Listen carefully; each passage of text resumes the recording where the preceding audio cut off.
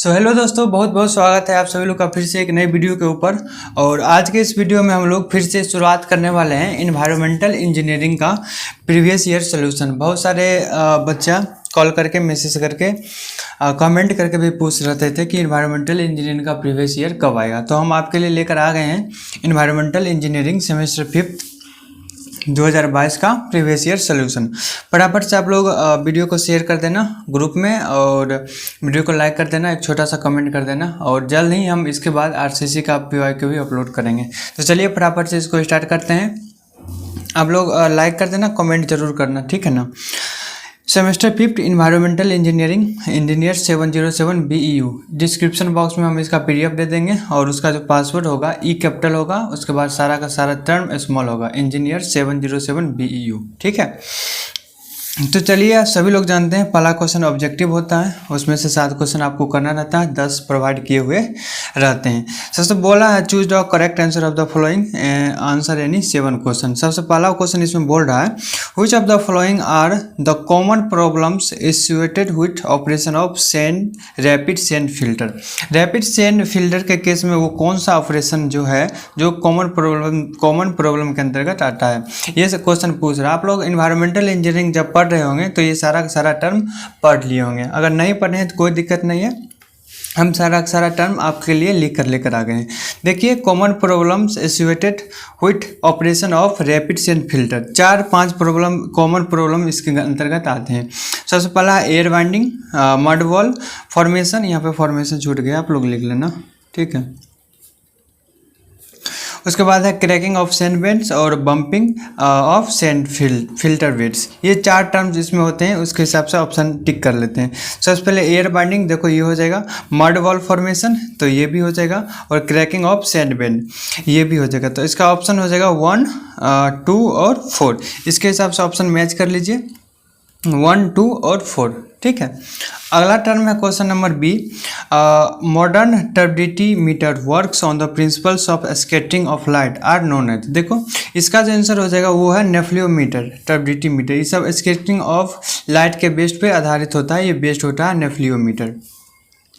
देखो इसका आंसर क्या है, nephelometer the measurement of turbidity is based on the intensity of light scattered at right angle to the incident of light. इसमें क्या होता है ना, मान लीजिए किसी चीज़ में बकेट में या फिर किसी बोतल में पानी रखा हुआ है, उसके वजह से इधर टर्बिडिटी मीटर से लाइट पास कराते हैं, तो उसमें सॉलिड पार्टिकल प्रेजेंट रहता है, इसकी वजह से लाइट स्कैटर्ड हो जाता है, इधर उधर फैलने लगता है, ठीक है। तो उसको हम लोग नेफ्लियोमीटर से मेजरमेंट कर लेते हैं, ठीक है। तो इसका जो आंसर हो जाएगा ऑप्शन नंबर 3। अगला है the valve which allow the flow only in one direction.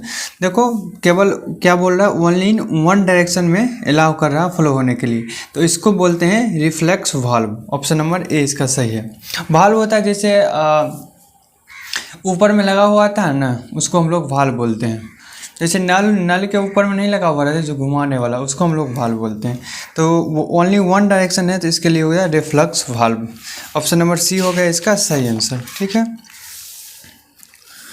अगला प्रश्न है as per IS 4954/1964 acceptable noise level किसके लिए, रेसिडेंटल के लिए और बिजनेस अर्बन एरिया के लिए।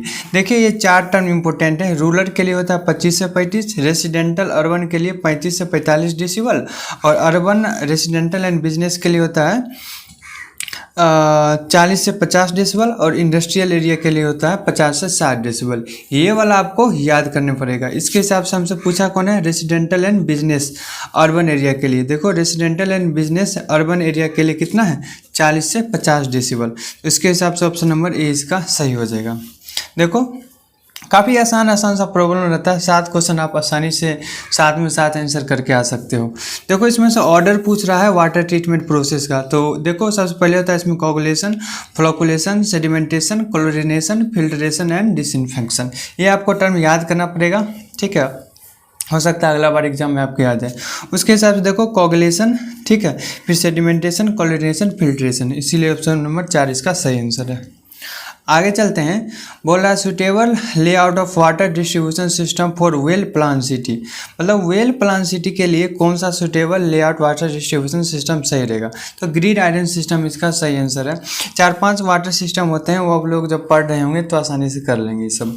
देखो 2 प्राइमरी एयर पोलेंट्स सभी को पता रहता है, सल्फर ऑक्साइड और हाइड्रोकार्बन 2 प्राइमरी एयर पोलेंट्स हैं। ठीक है, तो इसका सी नंबर आंसर सही हो जाएगा। अगले प्रश्न की ओर चलते हैं हम लोग, इसको हटा देते हैं पहले। हाँ, अगला जो प्रश्न है, the minimum dissolved oxygen which should always be present in water order to save aquatic life, मतलब कितना ऑक्सीजन प्रेजेंट रहना चाहिए पानी में ताकि जो एक्वेटिक जो उसमें रहते हैं एक्वेटिक एनिमल वो जिंदा रह सके। ठीक है, तो उसके लिए 4 ppm आवश्यकता होती है, 4 ppm या फिर ऑप्शन में अगर 4 मिलीग्राम पर लीटर अगर मिल जाए तो वो आप आंसर में मार देना। ठीक है, देखो द गार्गिट diagram are based on, question number आई है। देखो गार्गिट डायग्राम जो है वो 2 चीज़ के लिए दिए थे, कैनेडी और कटर के लिए। कैनेडी साहब और कटर साहब इन दोनों को मिलाकर एक सिंगल सा गार्गिट डायग्राम ये दिए थे कर्व टाइप का, उसको उसके हिसाब से आप ऑप्शन टिक कर लीजिए। गार्गिट डायग्राम आपको ऑप्शन में मिल जाएगा कैनेडी और कटर, तो 2 बोथ मार दीजिएगा।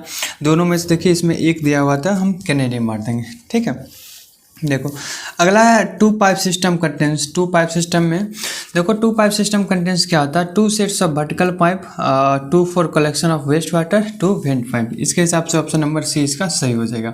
तो चलिए ऑब्जेक्टिव मेरा क्वेश्चन समाप्त हो गया, और नेक्स्ट वीडियो में हम लोग बहुत जल्द जितने भी थ्योरी प्रश्न हैं, न्यूमेरिकल प्रश्न हैं, सभी को सभी करेंगे।